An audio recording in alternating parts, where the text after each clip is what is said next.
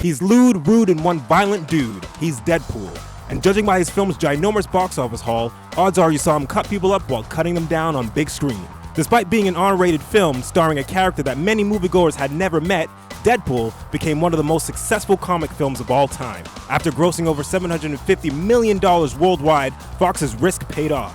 Deadpool the film got a happy ending, and Deadpool the character got one as well. But there's more to Deadpool's ending that meets the eye, and there may be a few things you missed, especially if it was your first rodeo with the man in red and black. Here's everything you need to know about Deadpool's ending. Let's count them down. There's a secret Marvel Studios crossover, or really there isn't, at least not officially. The big showdown with Ajax, Angel Dust, and their cannon fodder takes place on what looks like a massive decommissioned aircraft carrier.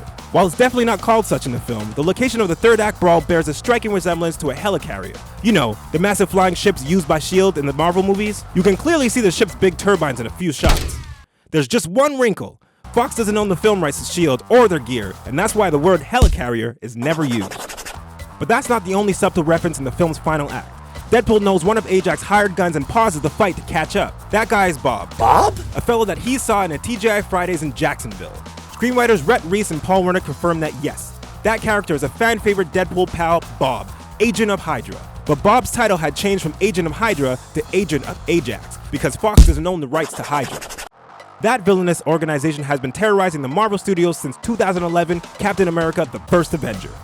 For a solo film starring a guy that most heroes try to stay away from, Deadpool has a ton of X-Men connections.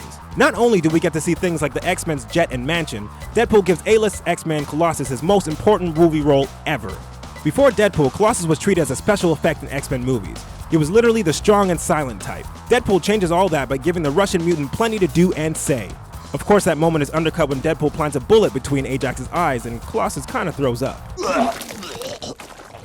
Why? Still, that moment cements Deadpool's Colossus as surprisingly similar to the comic book counterpart. He's a sensitive, morally upstanding superhero with a heart of gold and a hide of steel.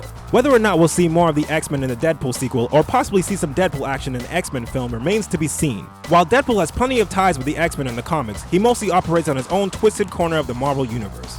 And it's important to remember that Deadpool's not a mutant, he just hangs out with them sometimes. How about XForce? There's also one very shiny muscular reason to believe that Deadpool 2 could set up XForce, the paramilitaristic no-nonsense team from the X-Men comics. Deadpool's Ferris Bueller's Day Off style post-credit scene reveals that Cable will be in the sequel. But why make a big deal about Cable? Because his inclusion will change up the dynamic for Deadpool 2 and possibly lead to the X-Force movie. The grizzled, gun-toting, time-traveling cyborg is the guy that formed X-Force, and he's frequently tied to Deadpool. They headline a comic together for 50 issues and have been everything from bitter enemies to reluctant partners to drinking buddies. Director Tim Miller, who's returning for the sequel, said Cable fulfills a necessary role in any film starring Deadpool.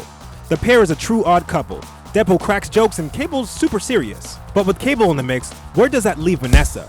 Deadpool ends with a couple possibly ready to pick up where they left off. There's one surprising thing Deadpool 2 could do with Vanessa, and we've saved quite possibly the craziest theory for last. Vanessa's a mutant. Wait!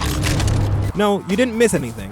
Deadpool doesn't set up Vanessa's mutant power in the slightest. For all we know, Morena Baccarin's character is a normal human with a mean right hook. In the comics, however, Vanessa is a shape-shifting mercenary codenamed Copycat. Vanessa's shape-shifting is so complete that she can mimic people's superpowers and even trick telepaths. To dive even further down the X-Force rabbit hole, it's also possible that Vanessa could play a role in introducing the mutant team.